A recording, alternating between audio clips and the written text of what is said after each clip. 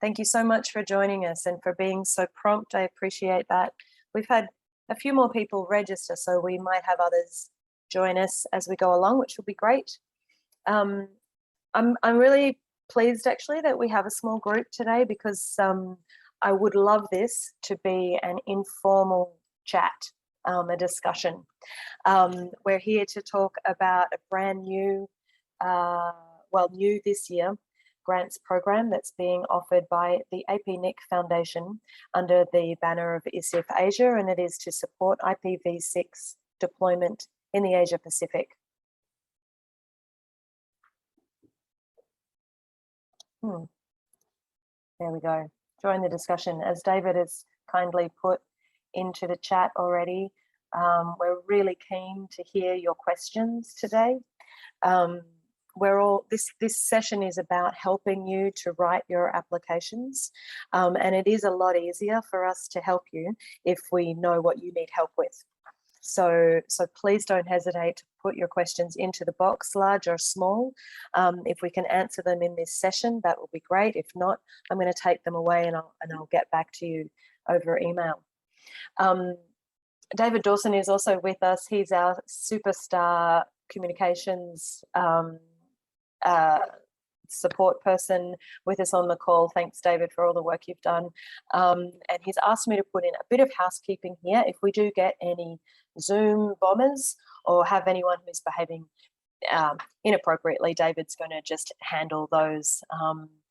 But I'm sure that we're all friendly. As long as we can remain courteous and respectful, there'll be no problems. I'm sure there'll be no need for that. But thanks for that heads up, David, and thank you for taking care of that and taking care of us. Also with us today, I am so pleased and really honoured to share that Shane Hermoso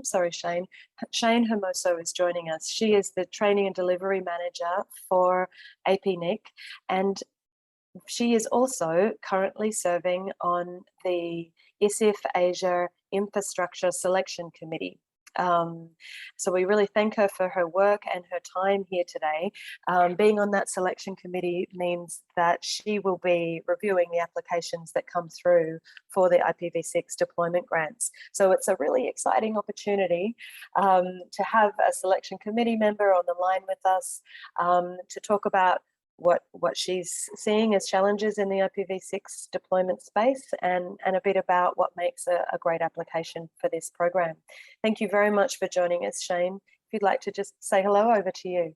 Yes, hello everyone. It's so good to be here joining Hannah for this webinar. I'm very glad to see a number of folks joining. Yeah, as Hannah mentioned, a small group is always nice to, get that informal feeling and to also help you out whatever you need to get the grants going. For me, it's an exciting opportunity to be able to support further development in IPv6 deployment in the region. So like all of you, I'm excited for this program and exciting to be working with Hannah and the team and everyone for the selection. Thanks, Hannah. Thanks, Shane. Thanks very much. So like I said, these grants are being made through the APNIC Foundation. That's us there, our mission and our vision. And what I wanted to share mostly on this slide is just to highlight that the APNIC Foundation is about increasing investment to expand our footprint in developing the internet and the internet community in the Asia Pacific. We're a fundraising foundation, so we're always looking for opportunities to partner with folks to increase our impact in the Asia Pacific region for internet development. How the foundation works, there's a lot of information on this slide. The main reason that I've included it, again, you can see the foundation's goals on the right-hand side and the activities that we pursue for those goals. The main one that we're here to talk about today are the grants right there in the middle. And I'm including this slide to highlight the communities that we exist to serve. They are the network engineers, the security professionals, and the internet governance specialists. So it's really the technical community supporting internet development in the Asia Pacific. It's important to know that this list that you see in the middle of the screen now, they're not organisation types. They are functions that may exist within an organisation. So it's possible that there are organisations out there who would not consider themselves part of the internet industry. Universities might be an example, or civil society, but those larger organisations do hold these functions within them, and those folks and those functions are what our foundation exists to serve, and what this grant, they're the people that we're hoping to support through this grant.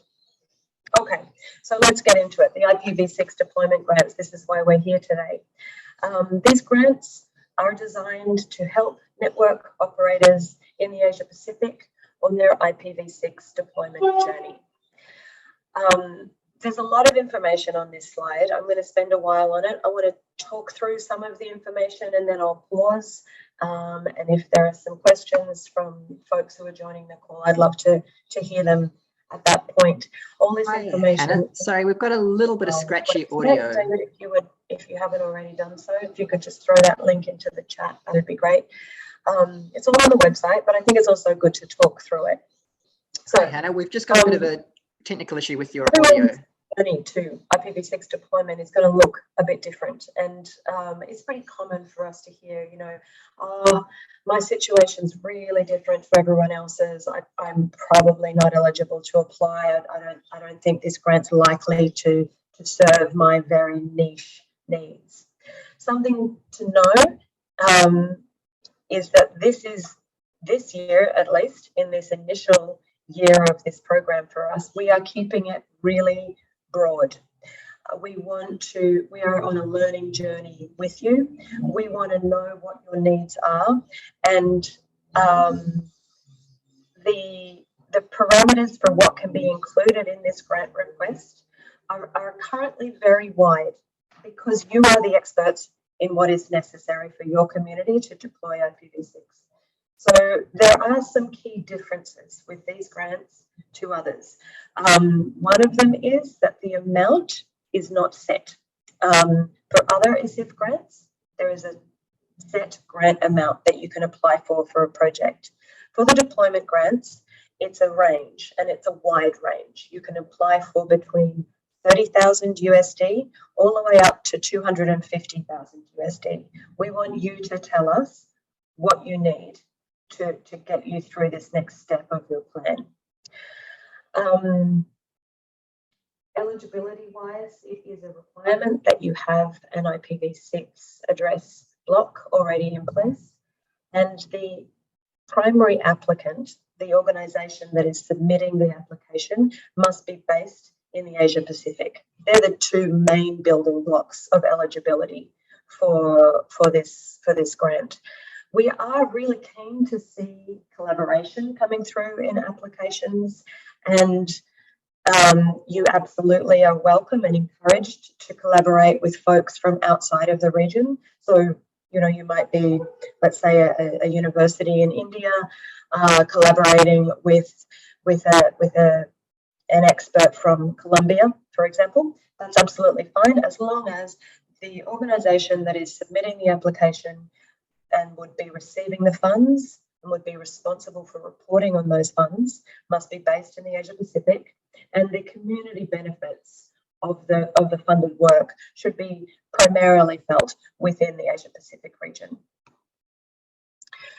I said on an earlier slide that all industry types are welcome to apply, and all stakeholder groups. So that is another thing that is somewhat unusual about ISIF Asia grants and including these deployment grants. It's not just for not-for-profits.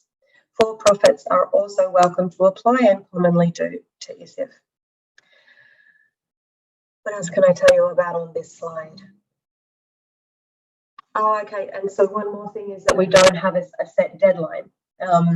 Usually with grant applications, when the grant round is open, there is the deadline, and after that you can't submit any more applications.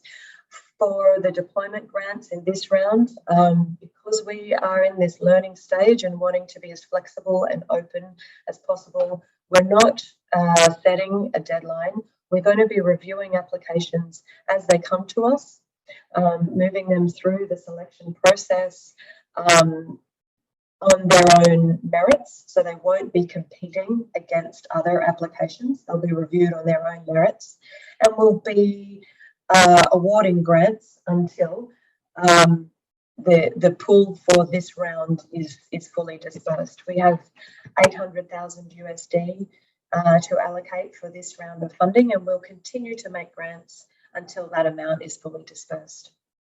Okay, I think I want to pause now for a moment to see if there are any questions. Oh dear, David's just told me that my microphone's scratchy.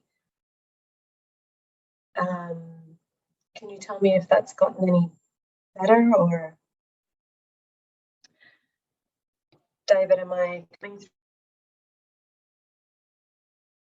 Thank you very much for that. Okay.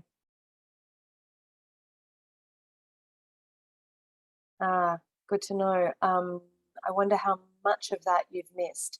Look, I've been talking through the details of this slide, and I was saying at the beginning that a lot of this information is on the website. So I would like to pause now to see if there are any questions. Oh, great. Thank you. David, can you pass the mic?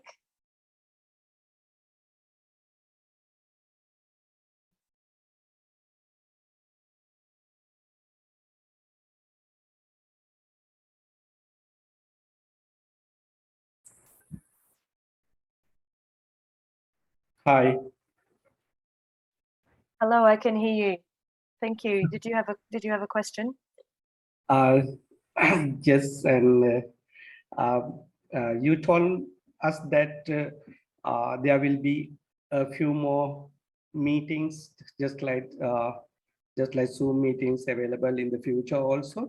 Today you start this as a just for testing or something, to communicate with the people who have to apply this grant. And please inform us a little bit earlier with the text message or WhatsApp message, then we could engage it on time if we could get the message a little bit earlier.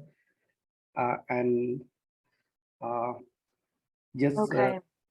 I applied for this grant a few years back, and it was then there was a voting system those days, just for the grant or award, for the award. Okay, I would like to know much about this project. Thank you. Do you mind if I just respond to a couple of things that you've said? Yes, thank you. Thank you very much for asking, getting the ball rolling with asking questions. I appreciate that. You'd mentioned that it was your understanding that this was the first of a number of webinars. That is not actually the case. This is the one webinar that we are offering about these grants currently, the one that we have currently planned. It is being recorded and will be made available on the website, I think. But the plan is that this is going to be a general discussion where people can ask broad questions about the program and the grants and how to apply for them. And then other more specific questions can come directly to me over email. And David, if you wouldn't mind just putting the email address into the chat, I think we'll put that email address up quite a lot throughout this session. That is the place to send me specific questions about your application. I just also want to mention, you said that you had applied for this grant some years ago. I think you might be referring to another grant program that ISIF Asia makes available, which is the small scale up and impact project grants. This is actually the first year that the IPv6 deployment grants have been offered. And that's part of why we're doing this special webinar to get a bit more information out there about them. So yeah, it's really helpful to hear from you. And I hope that clarifies where we're at. Yes. Great. Okay, thank you. Thank you. And yeah, David's just put the email address there. So keen to hear your questions on this call, and also to hear more specific questions that we can discuss over email. Are there any other questions at this point about this sort of top level information about the deployment grants, what's eligible, the length of the grant term? You can see in the bottom right corner there, we're looking at around 12 to 18 months. Although we are very much wanting to respond to your needs. So if you want to get in touch with us and say, I've got this plan in place, but it's just too much of a stretch to get it done in 18 months, I need 2 years, then please do be in touch and we can talk about that. There's not a lot of this that is written in stone. I want to just, before we move on, just to reiterate the pieces that are set are that the applicant must be in the Asia Pacific region. The majority of the impact of the grant activities should be for the Asia Pacific community, or within the Asia Pacific community, doesn't have to cover the entire region. And applicants must have an IPv6 address block already secured. Aha, we have another raised hand. David, if you can turn that person's mic on, that would be great. Thank you. Hi, Anna, can you hear me? I can hear you well, thank you. Yeah, thanks for the presentation and thanks for the information. I just had a quick question.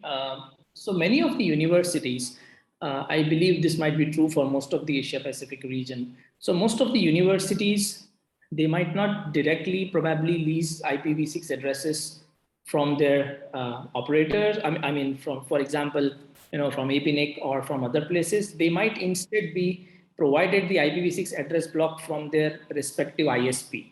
So for example, if I belong to an university who has not got an IPv6 address block directly from APNIC or the local registry of our country, but probably we have an IPv6 address block given to us by our respective ISP, is this university still eligible to apply for the grants? Yeah, thank you for that question. I'm gonna come back to that if you don't mind. I want to confirm it with a colleague. It is my understanding that the university is, or actually Shane, are you able to weigh in on that by any chance? I can give some comments, but with regards to whether it is going to be eligible, I'll defer that to Hannah. Thank you. But from my understanding and to a large extent from observations that we have in the region, majority of universities actually have or are able to secure their IPv6 IP addresses from APNIC or from the RIR directly. That is just based on like what I have observed, because most universities have had their v4 addresses for quite a while. A large number of them even have larger allocations than most recent ISPs or networks that would come in and then request for IP addresses. And if you do have IPv4 address already and it came from the RIR, like APNIC, then you should be eligible to request for an IPv6 address. So yeah, you will have to check whether you have direct allocation from the RIR. If that is the case, then you should be eligible for IPv6. But yeah, I do understand that there will be cases where universities might not have allocation directly from APNIC, but rather getting it from their ISP. So that's also a possibility. Shane, Yeah. thank you for that context, really helpful. And I have just had it confirmed that it doesn't matter where the allocation comes from. It absolutely can come via an ISP. In terms of eligibility, that's not a barrier. Oh, great. Thanks a lot for the help. Great. Thanks. Yeah, thank you for the question. I have a number more slides, so unless there are any other burning questions at this point, I'd like to keep going, and then there'll be more opportunities to ask questions. Does that anyone have a burning question to get to right now? Cool. I'm keeping on going. All right.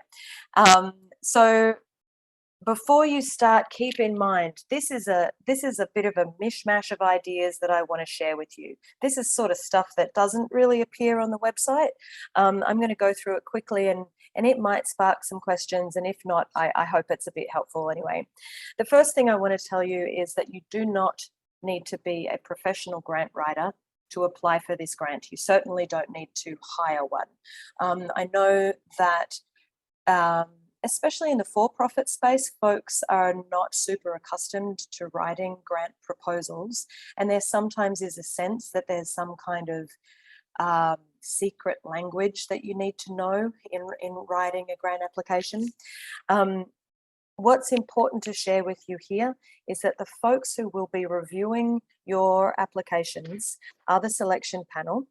David can put the link to see who's in the selection panel. Shane is one of our illustrious members who's serving on the panel. They are, by and large, they are network engineers and computer scientists. They are exceptionally knowledgeable, technical people. You're not writing to a board of administrators. These folks understand IPv6 deployment, and they understand that there are a myriad of challenges that can be faced as you're carrying out your plan, developing and carrying out your plan. They are sensitive to those challenges. They're curious about those challenges. They want to help, and they understand the technical aspect of those challenges. So you're not looking to sort of write beautiful essays necessarily. You're writing to your peers. The next point I wanted to make is in the registration process, you're going to be asked to complete information about the user, the person who is the individual who's going to be leading the work, and also the organization. It's really helpful to us if you can complete that information in full. It's helpful to us, and also ultimately helpful to you. If you don't complete it in full, I'll just have to wind back around and get in touch with you and ask you to re-enter into the system and complete those fields. So it saves time for everyone if you can be completing the fields as fully as possible in the first instance. Answer all mandatory questions. Okay, so this is an interesting one. In the grants management portal, the grantee portal, which is where you're going to be submitting your application, I can kind of see where things are at, from the back end, and I can see that folks register and start a draft application, and then I can see that it's pretty common for people to start a draft application but not get very far with it, and ditch it before they've really begun. My sense is that part of the reason for this is that there are a lot of questions, and that might be overwhelming. What I want to share with this group is that is by design. There are a lot of questions, and we're looking for clear and concise answers. We're not looking for length. You don't have to be overly verbose. There is no word or character limit, but in many instances, a short paragraph will be enough to answer those questions. Some of the questions are mandatory, so you have to answer them in order to submit your application, and some of them are not. And in the instances where they're not mandatory, you only answer them if they're relevant to your project and if you feel that they will strengthen your application. If they don't, you can leave them blank and move on. That's fine. Just finally on the mandatory questions, I want to share that they are mandatory because they are directly related to the selection criteria. So they are pieces of the application that the committee need to review to understand if your project has alignment with the values of the grant and of the foundation. A good example is there's a question about gender diversity in the project. Not every project, in fact, most projects are not explicitly going to be about increasing gender diversity in the field. That's fine, but we do want to hear from you how you're thinking about that particular challenge for our field, how you're thinking about it, and what actions you are taking or you're planning to take. We need you to fill out that question. And there are a number like that. It may not be directly central to your work, but we want to hear about, your thoughts. Okay, next one. Can I share a draft? I get asked this quite often. We actually don't review full drafts, but you can absolutely get in touch with specific questions. Again, that's info@isif.asia. I am the first port of call for those emails. You can ask any questions you need. It might be about the portal, how you're putting your application together, or it might be technical questions about your plan. You can absolutely come to me with specific questions, but we don't review the full draft before it's submitted. However, once you have submitted your application, staff do the first review. And if we think that there's some information that's missing, or if there's something that we don't fully understand, we'll go back to you and say, we've got your application. For the most part, it's in good shape, but there's this piece and we just think you could explain that a little more fully. We're going to send it back to you. Can you please add some information there before we send it on to the selection committee? So there is opportunity for some iteration there. Keeping moving, plans change. That's life, we get it. You're going to submit a proposal. It is not written in stone. I think this is another thing that sometimes stops people from applying for grants, thinking that they're going to be locked into the plan that they've put on paper in that proposal. We understand that in practice, work may need to evolve. Things might change, even budgets might change. We will stay in touch with you throughout the grant term, and we want to hear how the work is progressing. And if you need to make changes, we want to talk about those. And in my experience of the foundation so far, there is a real, there's a lot of flexibility. As long as there is alignment in understanding why those changes should be made, there's a lot of flexibility around getting the work done right. Finally, we're learning with you. I touched on this before. It is our first year of making these grants available. We have tried to keep the call very broad in terms of the grant amount, in terms of when the application is due. It's due whenever it's ready. And also in what money can be allocated to. So I guess I've put that note there to say thank you for being part of our learning journey on what the community needs on this IPv6 deployment journey. That was a lot of talking from me. I'm going to pause now. I've just opened the chat and I'm seeing David saying that was a great question. I just need to check what the question was. Does this person, would you like to come off mute and ask your question directly?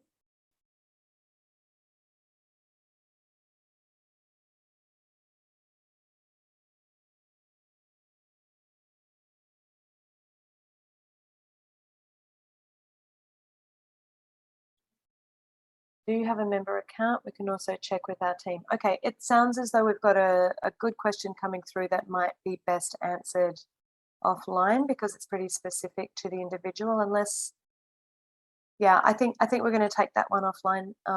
David, if you can make sure we've got that person's details. Or oh no, better still, yeah, send us a note on info@isif.asia and we'll get back to you on that. Thanks very much.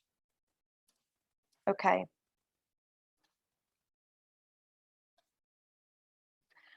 What you're going to need to prepare for the application. So there is a standard set of questions in the application that are asking about organizational capacity and the design of the project. And for the deployment grants, we're also asking for some plans to support what we're calling IPv6 readiness. Not all of these plans will be included in all applications. It's not a requirement that all 4 are submitted, but these are suggestions for the kinds of things that you might want to include. And at this point, I'm very happy to throw to Shane to, actually, yeah, I'm going to throw to Shane and then come back to this question if that's okay. I see that there's a raised hand. Shane, can you talk us through a little bit about broadly what you tend to be looking for in an IPv6 deployment plan? Okay, so you have a good structure here, and it's already like the outline, if they follow, is a good step to do it, to be able to prepare for this. So IPv6 deployment planning in itself, it's an important step in the deployment process. There are many things to consider, and of course, if you're just starting out, it can be a bit, of course, overwhelming. So to be able to write a good proposal, the IPv6 plan itself, it would be good if it's written by someone with a fair bit of understanding of IPv6 deployment process, or perhaps some initial consultation with experts who have previously done this. Now, the simplest requirement for this plan, I think we've mentioned a little bit, Hannah mentioned earlier, is obtaining the IPv6 address. So you will have to know if your team or your organization already have this resource available, or if you do need to request for an allocation. Now, direct APNIC members, as we've said, will in most cases be eligible to receive an IPv6 address. And this process is actually fairly simple. It's quick and easy. We try our best to make this process simple to be able to support IPv6 deployment. Now, once you have that IP address block, then the next logical step, as you can see here, is the IPv6 address plan. This actually requires a thorough understanding of your network topology, the number of connections, or the number of clients that you serve. Why is this necessary? Because you'll need to dedicate a certain size or a certain number of IPv6 blocks for certain services, for certain infrastructure, and also if you have customers, how much IPv6 address will you be allocating for that? There are some best practices. Typically, you assign /64s per VLAN, /127 for point-to-point links. If you have, say, broadband network, maybe you will announce a /60 that will contain your BRA. So a lot of those common practices will need to be considered in your address plan. In some cases, the address plan will also follow your typical IPv4 addressing, or maybe not. It's totally different. At the end of the day, it's up to you, and it's how you plan and making sure that it adheres to those best practices. Now, another consideration, as you can see here, is the IPv6 deployment team training plan. You, of course, need a good team who understand, who have enough knowledge, sufficient knowledge that they can bring to have that capability to take on a huge project.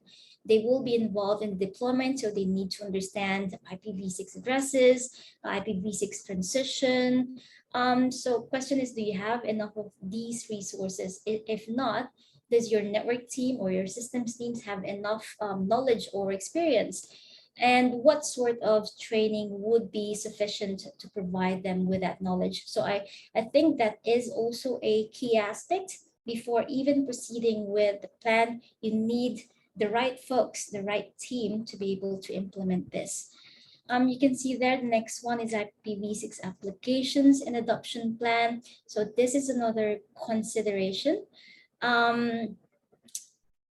The infrastructure itself, because there are different considerations for ISPs, for enterprise networks, for mobile operators. but you will need to understand and maybe have an inventory of your infrastructure, the devices, and the applications that are connected to it. Are your network devices IPv6 capable? Do your applications support IPv6?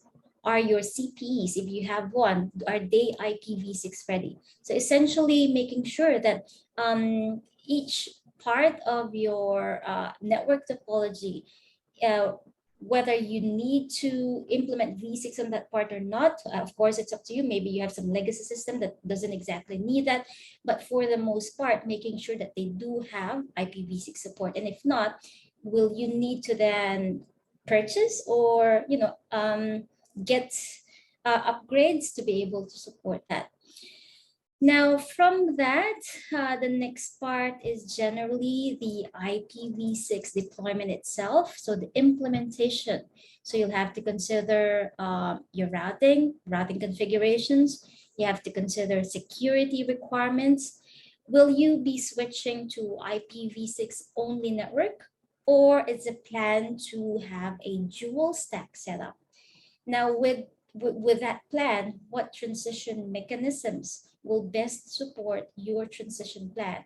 Maybe you don't have enough v4 addresses anymore, and so your transition, I guess your transition plan will be a bit different than those that can afford to set up a dual stack network. So those are all considerations that I can think of. Of course, not to I don't want to scare anyone. You don't need to know all of these in the early stage.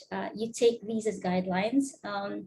There's no one single way as well to do this. It's not like we're gonna have like a checklist to make sure that you have all of these, but these are helpful things to know or consider at the early stage. There are also, I guess, lessons that you can learn from other deployments that you can look at. There are best practices that are documented in the RFCs that you can check out and try to follow in creating your proposals. There's no one size fits all. I think that's quite clear from Hannah's discussion earlier, but to a certain degree, I think that your plan must have all of these kind of, I'd say, ingredients for a successful implementation. So it's best to have as much of these information as you can. Hannah? Thank you so much, Shane. I always learn when I hear you talk.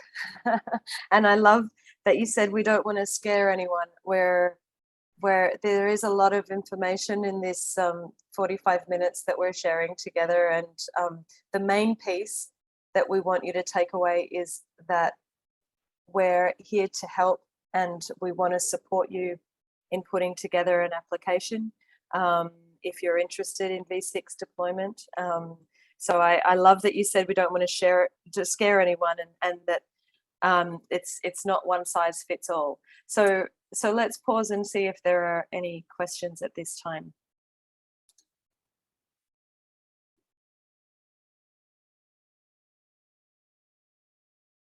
I'm just going to give it a minute.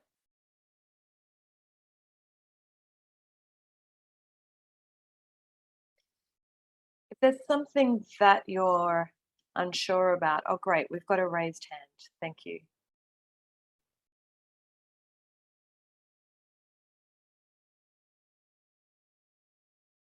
Kanji, David, are you? Yes, Hello. I think I can hear you. Hello, I can hear you. So as per the last PPT or the page, it shows the 4 plan, means IPv6 address plan, deployment team training plan, application adoption plan, and deployment documentation. So if my organization want to be apply for the grant, so do we need to follow all the four part, or it will be allowable for the only 1 or 2 or 3 section, not following the all 4 parts? I think you just broke up for me a little bit at the end there. I think the question was, do you need to submit all 4 pieces that are on this slide right now, or would you still be eligible if you were submitting just 2 or 3 of these 4 plans? Sorry, was that the question? Yes. Yeah, great. Thank you. I appreciate that question. Absolutely. These are suggestions. As Shane has outlined, they are 4 of the kind of, I guess, primary building blocks of a plan, but you are not required to have 4 distinct plans. This is an overview of what we are suggesting equates to readiness, but you don't have to have all 4 fully in place at the time of the proposal. The proposal might, you might include saying, here's our address plan, here's our applications and adoption plan. It's on our radar that we need to make a plan for team training. We haven't got very far on that yet. Here's our plan for making that plan, for example. We want to know about what you're thinking about team training and about documentation and the adoption plan.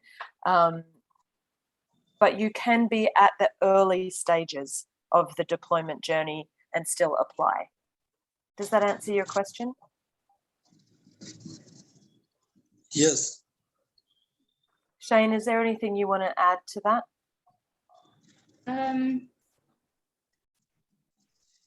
Not exactly, but I think I just wanted to reiterate what you mentioned, because I think that's, well, if they try to have all of these before application, then this in itself is like a long process. So you might have enough to submit if this is a requirement. So it isn't, but you need to have a plan on how you can accomplish this.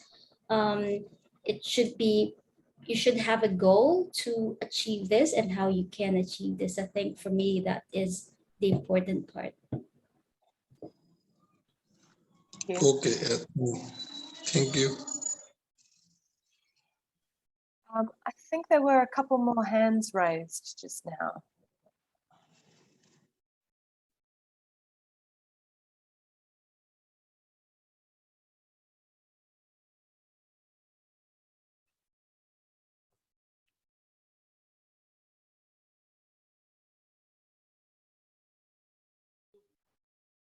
Yeah, please go ahead and speak. I'm not hearing anyone speaking right now.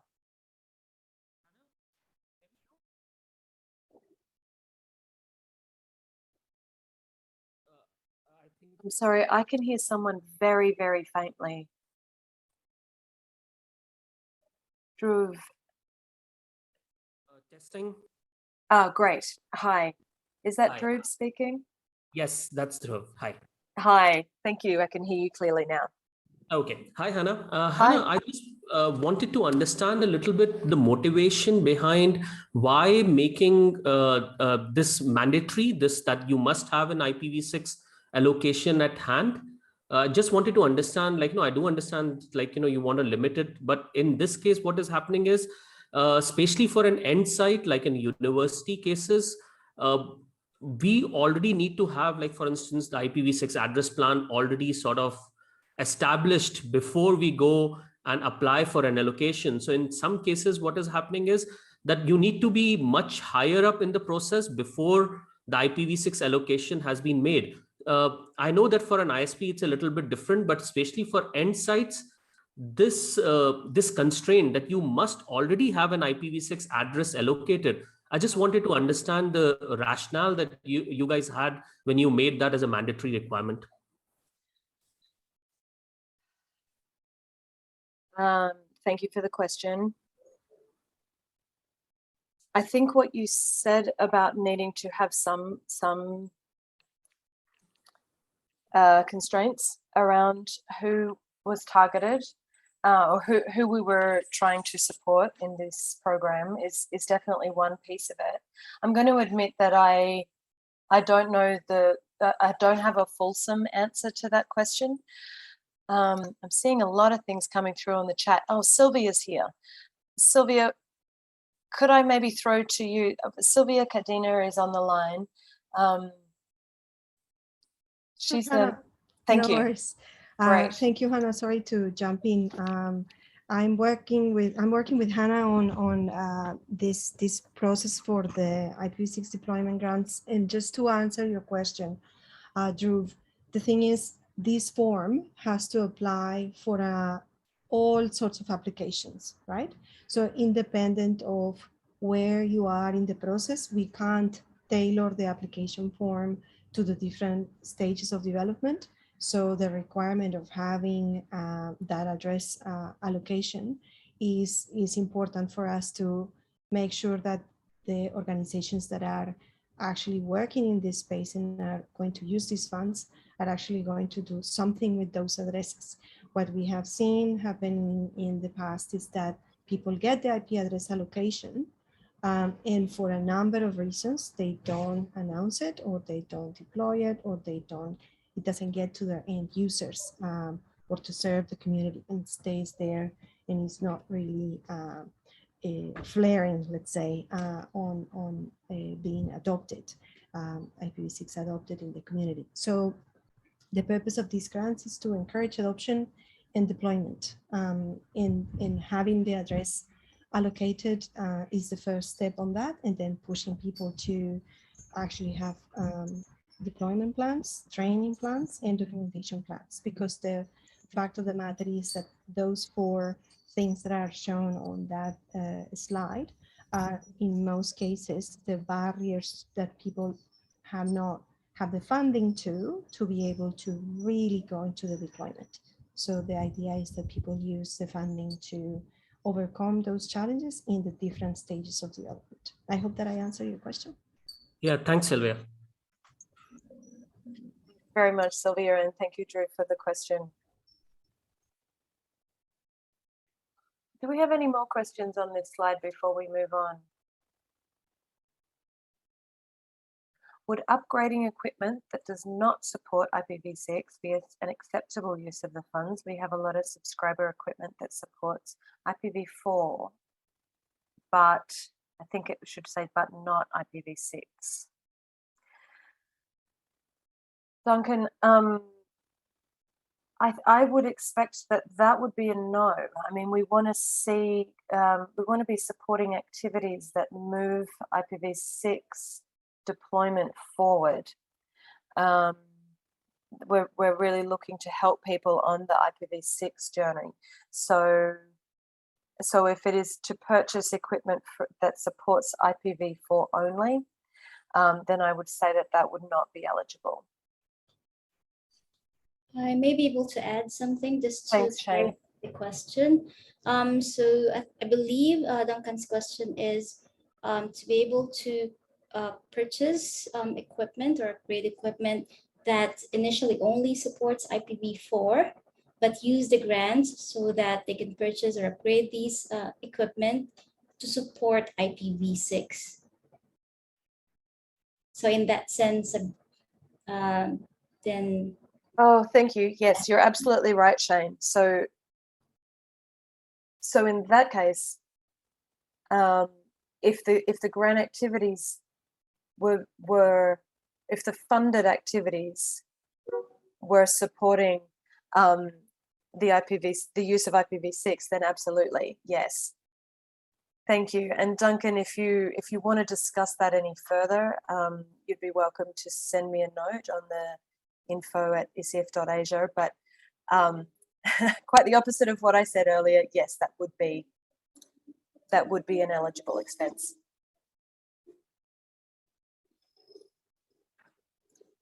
Is there any other? My bad. No, not at all. I'm talking and reading at the same time, which seems like I'm not very good at that skill. Another question. Great. Okay.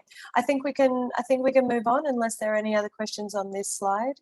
There are just a couple more slides to go. This slide is definitely the meat of it, and we can come back to that if folks have more questions. But I'm gonna get to the end of of the information that we wanted to share, and then we can come back if we need. How to apply. So this is just about the mechanics, really, of submitting an application. I'll move through it quickly. If you do end up having troubles, you're just going to email me at that email address that I've said 12 times. The first step that you'll do is to register, submit a registration request. To do that, you'll be prompted to complete a short eligibility quiz. It's very basic. Primarily, it's just looking to establish that you are an organization or representing an organization, not an individual. Individuals are not eligible to apply. You must be an organization. You must be located in the Asia Pacific. So you submit that quiz and fill out some information about the main contact for the grant. It's important to know that the registration doesn't turn around instantaneously. We need to review those registrations, and so that we're trying to do them as quickly as possible, usually within a day. Sometimes it will be 48 hours. So you'll submit your registration request and then wait for up to 2 days to receive an email with information for logging into the system. I have had a lot of people get frustrated at that stage and try to submit many registration requests. So please know that you will have to wait a day or two.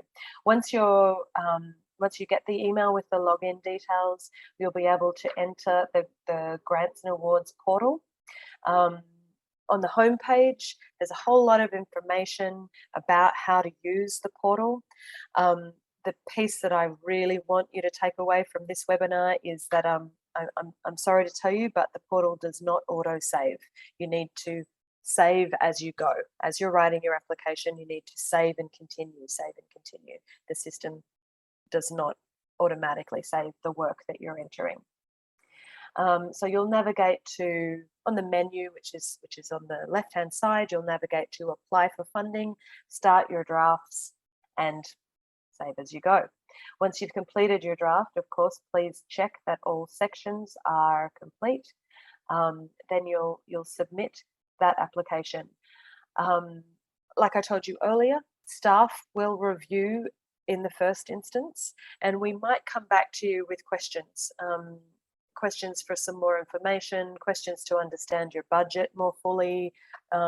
Maybe if there are pieces that seem like they've been left out, we'll follow up about those. It's really helpful for us if you can get back to those questions promptly, or at least let us know that you've received the questions and you know how long you anticipate it'll take to get back to us. I'm going to do a quick pause here just in case anyone has a question about the portal itself, if anyone's registered and started a draft and has any portal related questions. Seems like not. That's great. No news is good news on that front. I'm answering a lot of technical questions related to the portal over that email address, info@isif.asia. So please don't hesitate to shoot me a quick note if you're having any troubles. Okay, this is a cool slide. What makes a good application? And I didn't write it here, but we could also talk about what makes a bad application or what makes a less successful application. Like I told you, Shane is on the selection committee. She's recently done the hard yakka of reviewing a big slab of applications for the project grants for ISIF. Thank you for that service, Shane. I know it is a lot of work, and I know you really put the hard yards in. I just want to pick your brain about what's come out of that experience for you. What are you seeing as some qualities that good applications share? Yeah, that's quite an exciting experience for me. But as you said, there's a lot of application. It's always not easy. And it's because we get a lot of interesting applications. And how do you weigh, like, what are the things that are more important to look at in those applications, right? And sometimes the difference can be just the way that you have expressed, or how the way that you have written the project proposal. So I think for me, usually I'd like to see a clear purpose. So whoever has sent the application must have a clear idea of what they're trying to achieve, where your current, the status of your project is, where your network is, perhaps where are you in the IPv6 deployment in this case, and what you're trying to achieve by the end of the project. I think the other committee members will agree with me as well when they say you must have a complete application, complete but concise. Want to get information that you wanted to tell us, but as quickly as possible, because you have to read a lot as well. As I think Hannah mentioned earlier, we have a team who understands the technical aspect, so that's good. But don't be tempted to try and put every possible outcome. But there should be enough information and detail, technical detail, to get you started. For me, having a milestone is also helpful. So you have a target outcome within a specific time frame. This can be a bit tricky when it comes to IPv6 deployment, but most of us have experience with it as well. And so we are aware of the potential difficulties that may arise during your deployment. Maybe there are things that you didn't consider when you're writing the proposal itself. Yeah, so mostly that, and I think it should be something that is doable within the time frame is quite important. Excellent. I love that. Should have clear purpose, a clear idea of what you're trying to achieve. Complete but concise. That's a goal for us all. It's to do that, yeah. I guess I in terms of complete but concise, I just want to reiterate that we will come back with questions if there's sort of gaps in the proposal. We'll come back to you and say, can you give us a bit more information about this, because we're not quite getting the full picture. If you're worried about needing to give everything in the kitchen sink. Shane, yesterday we were also talking about challenges that you see. You talked about things needing to be doable, and we discussed that something that comes up, I think particularly with grant applications, is folks over-promising. Yes. Did you want to talk about that, or I can, whatever you prefer? Well, I did mention earlier that there will be potential difficulties that you will face at some point. So it's good to propose something that you can deliver. There are many ways that your V6 deployment might get stuck on a certain part or a certain step. So making sure that you don't overpromise on what obviously at the beginning of a project, we have big goals, but sometimes small steps, but concise, and you have an achievement at the end is better. So you have a clearer picture, and yeah, as you said, it's not over promising in what you can deliver at the end. Yeah, I think we're looking for plans that are ambitious but are realistic. And I think that in applying for grant applications, people sometimes fall into the trap of thinking that if they can promise to do things super cheap or super fast, then that will make their application more competitive. But in actual fact, especially when you're working with a selection committee who know this process so well, they want to see a realistic plan. And if you're underpaying yourself or under budgeting, or if you seem to be trying to fit too much work into too short a period of time, it might have the opposite of the effect that you're hoping for. That's great. Should we pause here for a minute, just in case there are any questions on what makes a good application slide? We are getting towards the end of our time together, so I'm not seeing burning questions. I'll keep on moving. There's just a couple more. I got the grant. What's next? So this is just to share with you that I understand that also another possible reason to not apply for a grant is that it seems as though there's strings attached. We are as transparent as we can be at the APNIC Foundation, including that there is a grant contract. All grants you have to sign some sort of agreement. We do have a contract that we enter into with grantees, and you can find a sample of that contract on our website. So if that is a concern for you, then before you go to the trouble of writing the application, you can take a look at what that contract entails and what you'd need to agree to if you were to be successful in your application. Also, just to let you know that when you receive a grant, you will be paid usually about 50% of the grant amount up front, and then there'll be other disbursements throughout the grant period, depending on the shape and size of your project, and those disbursements will be conditioned on interim reports. So you'll need to report to us on how the work's going and how much grant money has been spent to support it in order to unlock the subsequent payments. Thought it was fair to share those couple of details with you at this point. Oh, okay. So we're kind of getting to this is just about the final slide. Before we signed off, I wanted to put in a plug for a couple of other grant opportunities that the foundation makes available. I'm going to do that super quickly, and then we'll close with any final questions. So the deployment grants you see here, they're the fourth column. That's what we've been talking about today.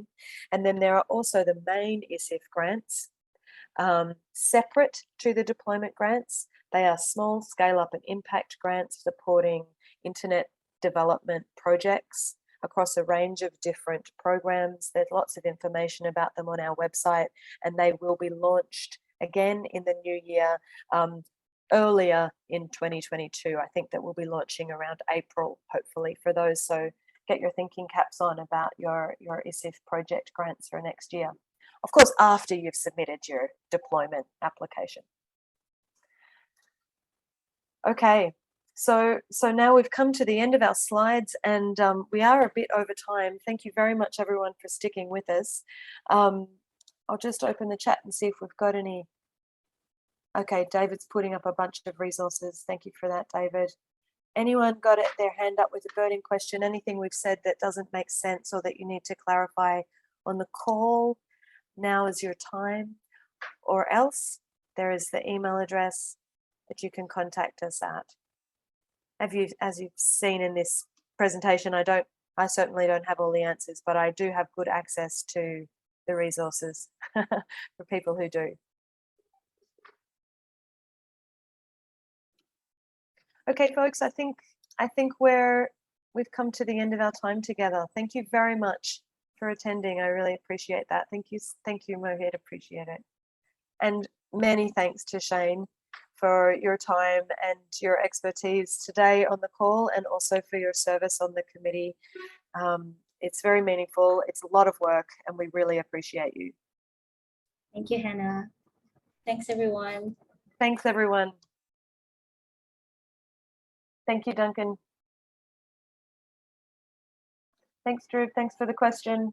That was good learning for me as well. Thank you.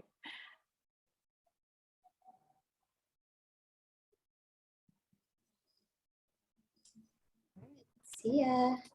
Bye.